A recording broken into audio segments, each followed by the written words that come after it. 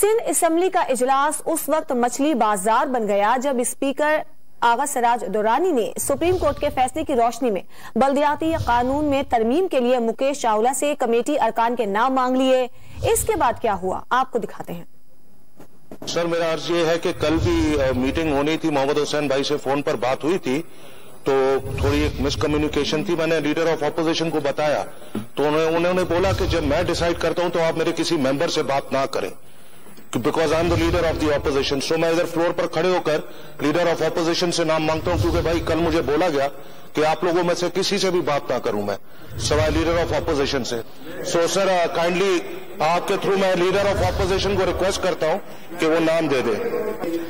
अफसोस होता है कि जब कोई झूठ बोलता है तो कल हमारी मीटिंग थी। देखिए, मुझे नाम चाहिए, बाकी नहीं चाहिए।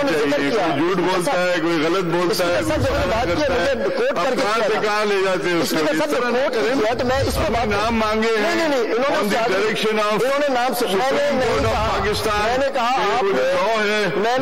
स्पीकर साहब नहीं, ऐसा नहीं होता। देखिए, एक बात हो रही है, आप नाम दे दें। नहीं, इन्होंने तो मुझसे कहा कि मैंने मना किया, ये फैलाना चाह रहे हैं, गंद कराना चाह रहे हैं। मैंने इनसे अभी भी कह रहा हूं कि मुझे किसी ने नहीं बताया।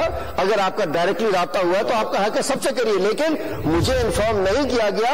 इनका फर्ज बनता है कि मुझे भी बताएं। मैं चाह रहा हूं, मैं बताना चाहता हूं, मैंने कहा ये सर, मुझे बताइए होकर, मैं कहना चाहता हूं पार्लियामेंट्री अफेयर होकर अफसोस करनी चाहिए। बोला कि मैंने आपने झूठ बोला। मैंने कहा कि मुझे नहीं बताया गया, मुझे बताना चाहिए। मैं अभी ताज़ा तरीन वीडियोस के लिए हमारा YouTube चैनल सब्सक्राइब करके बेल आइकन प्रेस करिए ताकि आपको मिले हर अपडेट सबसे पहले।